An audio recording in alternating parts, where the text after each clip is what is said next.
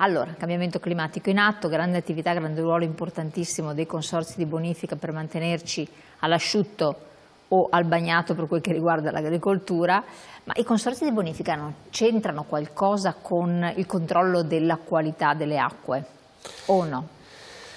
Intanto dobbiamo cercare di capire quello che è il ruolo che i consorzi di bonifica hanno poi sulla ricarica della falda. Spesso si parla di falda senza rendersi bene in conto di come questa falda viene alimentata. Il nostro Veneto, appunto, come dicevo prima, è intersecato da una marea di corsi d'acqua, di scoli, di fiumi, ma anche ovviamente segnato da una grande capacità produttiva agricola e spesso, sbagliando, si pensa che l'attività agricola consumi l'acqua dolce. In realtà non è così, perché l'agricoltura utilizza l'acqua, che è un termine completamente diverso, e la restituisce poi a valle di quelli che sono i processi produttivi. Ovviamente la pianta ha bisogno di bere, ha bisogno per la fotosintesi clorofilliana, c'è bisogno di irrigare le colture per fare delle produzioni di qualità, ma poi tutta l'acqua che non viene utilizzata e evapotraspirata cade nel sottosuolo, viene filtrata e rientra poi in circolo nella falda, e nella falda poi sappiamo che è l'acqua che peschiamo anche per altri servizi che sono quelli alla persona, per l'idrico integrato. Quindi l'agricoltura svolge anche proprio questo servizio, cioè i consorzi di bonifica danno acqua alle aziende agricole le utilizzano, ma poi restituiscono in falda anche filtrata e più pulita. Quindi se la domanda non c'è una rivalità, insomma, in qualche modo tra agricoltura e acqua pulita per gli usi umani, insomma. Non deve esserci la rivalità proprio per questi motivi, e deve essere riconosciuto anche l'attività proprio in questo senso che fanno i consorzi di bonifica, tant'è che già diversi consorzi del Veneto stanno collaborando con le società del servizio idrico integrato, ma anche con aziende private, nel mio caso per esempio quello della Coca-Cola, per andare appunto a gestire delle aree dove proprio viene fatta dell'infiltrazione in falda dell'acqua superficiale. Quindi deriviamo l'acqua dall'Adige, quando non viene utilizzata per l'irrigazione la concentriamo in delle aree dove continuiamo a fare un servizio di infiltrazione in falda, ma questo ovviamente lo facciamo in continuazione, ma è la stessa cosa che svolgono poi le aziende agricole quando vanno ad irrigare i propri campi, sicuramente con effetto minore, ma la complessità è proprio il fatto che noi, consorzi di bonifica, riusciamo a fare anche questo servizio grazie appunto alle imprese agricole. Infatti, perché poi parte della compagine dei consorzi di bonifica è fatta anche da agricoltori. Ricordiamo, ci sono anche gli agricoltori dentro nei consorzi di bonifica. I consorzi di bonifica sono, nella stragrande maggior parte, insomma, gestiti dagli agricoltori, e questo è un bene e lo sosteniamo, perché credo che siano i primi ad essere sul territorio e capire come appunto deve essere gestito il territorio, ma gestiti anche i corsi d'acqua del territorio. Vediamo un attimo dalla regia se mi rimettono in onda il messaggio che è arrivato da un telespettatore o una telespettatrice. Non diamo responsabilità solo alle temperature che si sono alzate, ma anche l'utilizzo sfrenato del suolo, che ha tolto qualsiasi possibilità di drenaggio dell'acqua. Il soldo è sempre al primo posto. E qui si diceva prima, questo l'abbiamo detto, purtroppo l'urbanizzazione e il cemento ha creato l'acqua fluisce da qualche parte. Esatto, da qualche parte deve finire e quindi poi deve essere anche gestita. Ci sono delle aree, l'area di sua competenza è tutto il Veneto, però poi ha la presidenza della zona del Veronese, bella zona estesa con tanti ambiti molto interessanti, ma ci sono aree particolarmente critiche o dove sarebbe necessario fare degli interventi significativi per mettere in sicurezza il territorio? Purtroppo sì, e sono tutte le aree vallive del nostro territorio, ma parlando del Veneto anche quelle che sono le aree costiere, le aree appunto più critiche e più fragili. È chiaro che da questo punto di vista bisogna fare degli interventi, lo abbiamo detto prima, cioè ci deve essere una rete con maggiore capienza, devono essere fatte delle vasche di laminazione. Che sono previste?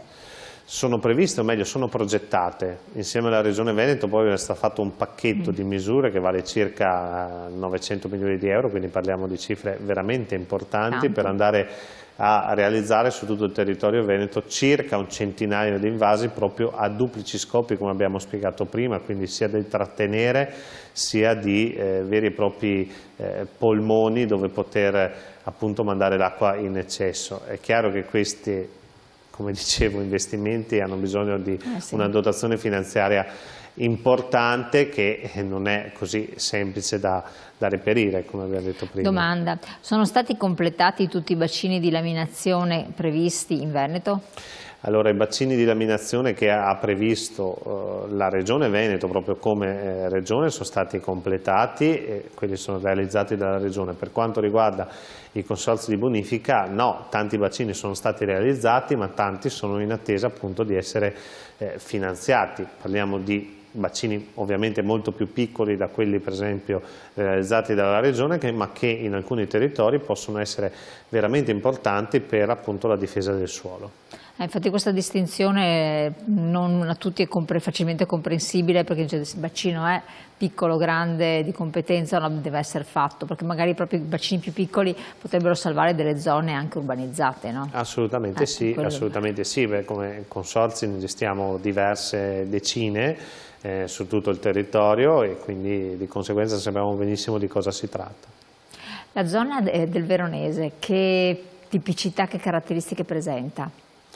La zona veronese, sempre dal punto di vista agricoltura combinata anche all'attività dei consorzi. Ovviamente l'agricoltura è per forza di cose legata all'attività dei consorzi. Il Consorzio di Bonifica Veronese ha una particolarità che è diverse aree, cioè parliamo di un'area a nord dove ovviamente c'è un'irrigazione strutturata, diversa irrigazione a pressione, ovviamente con anche delle prevalenze importanti perché c'è anche un'altitudine Si arriva fino a dove nord sarebbe? Beh, noi arriviamo fino diciamo all'area del lago di Garda e fino alle pendici della Lessinia, quindi fino alla zona della Valpolicella. Quindi di conseguenza partiamo da lì fino ad arrivare alle basse veronesi dove appunto il livello altimetrico è intorno allo 0. Quindi c'è una complessità, noi gestiamo l'acqua e preleviamo l'acqua dall'Adige che è la vena principale e quindi di conseguenza in questa fase, diciamo, col passare del tempo, con un'agricoltura che si espande, con un'urbanizzazione che si espande, dobbiamo risparmiare acqua nella zona nord per cercare di portarla nella zona sud. C'è un altro tema che mi piace sottolineare, perché i fiumi non sono elementi, diciamo così, fissi, ma cambiano col tempo. Un corso d'acqua evolve, così come si è evoluto l'Adige.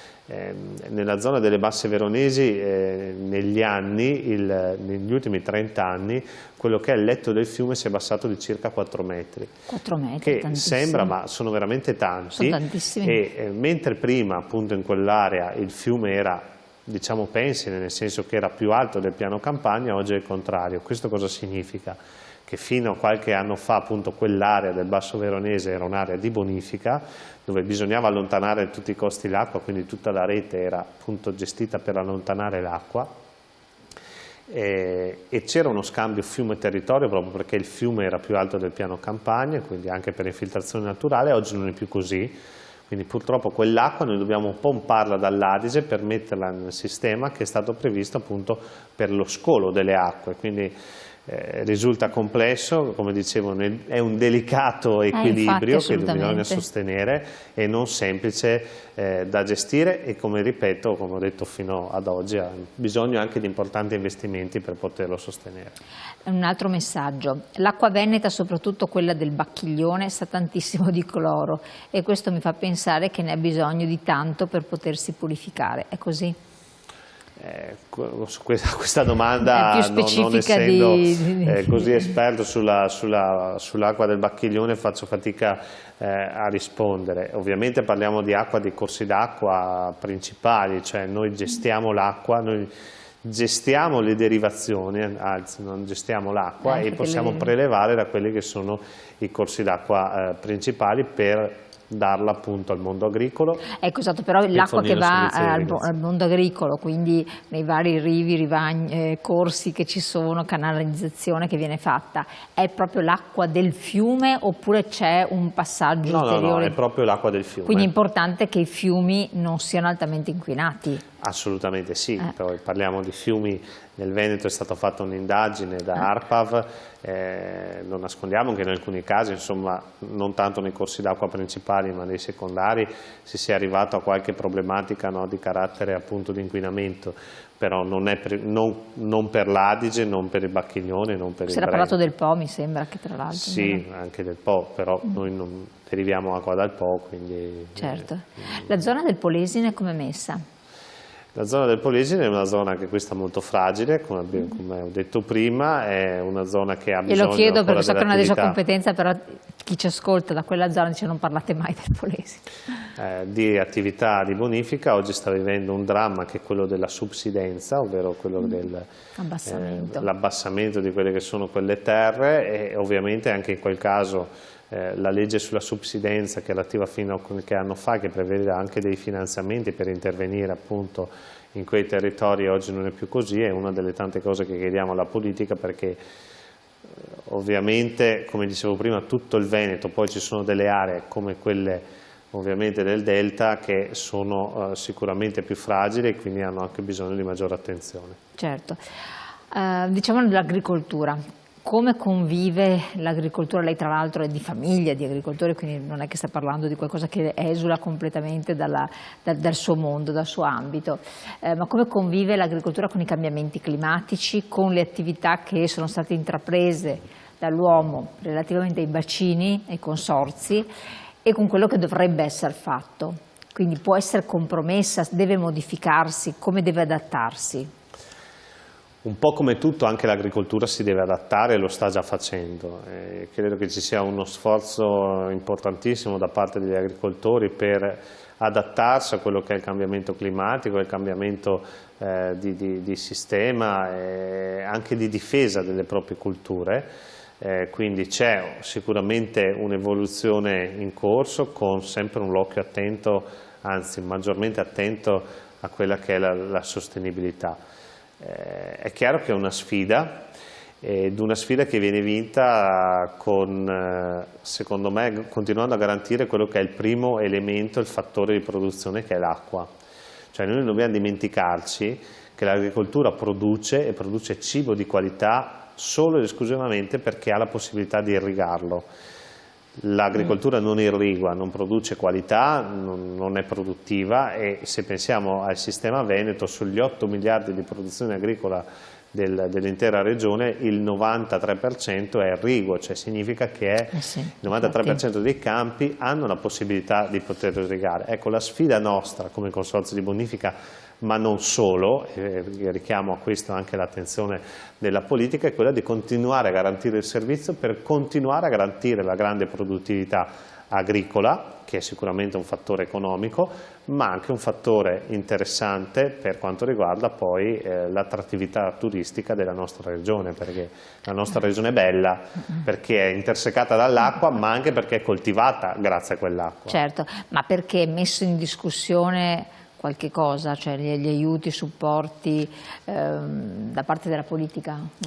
Ma io credo che per quanto riguarda, siamo in fase di campagna elettorale, quindi si può anche chiaramente fare degli appelli molto chiari. Io credo che per quanto riguarda la parte della bonifica, del mondo dei consorzi di bonifica, dell'irrigazione generale, serva più attenzione proprio perché dicevo che ci sono dei territori fragili, hanno bisogno di grandissimi investimenti. I consorzi di bonifica stanno lavorando molto bene con la progettazione interna, stanno lavorando molto bene intercettare quelli che sono finanziamenti che arrivano da altre fonti, appunto nazionali, europei, ma io credo che ci deve essere proprio un'attenzione in una regione come la nostra da parte del governo regionale, con una dotazione finanziaria anche importante, e prevedere in un tavolo diciamo, di coordinamento quelli che sono gli interventi più importanti, anche i più piccoli, non i grandissimi invasi come dicevamo prima, i grandissimi bacini di laminazione,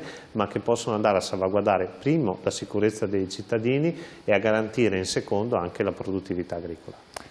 Grazie Presidente, abbiamo fatto un po' un quadro in generale, per adesso l'abbiamo fatto in un momento a bocce ferme, cioè senza disastri in atto, perché tante volte fortunatamente esatto, voi intervenite quando siamo con l'acqua alla gola, invece per fortuna è un momento tranquillo e speriamo che così resti almeno per questa stagione.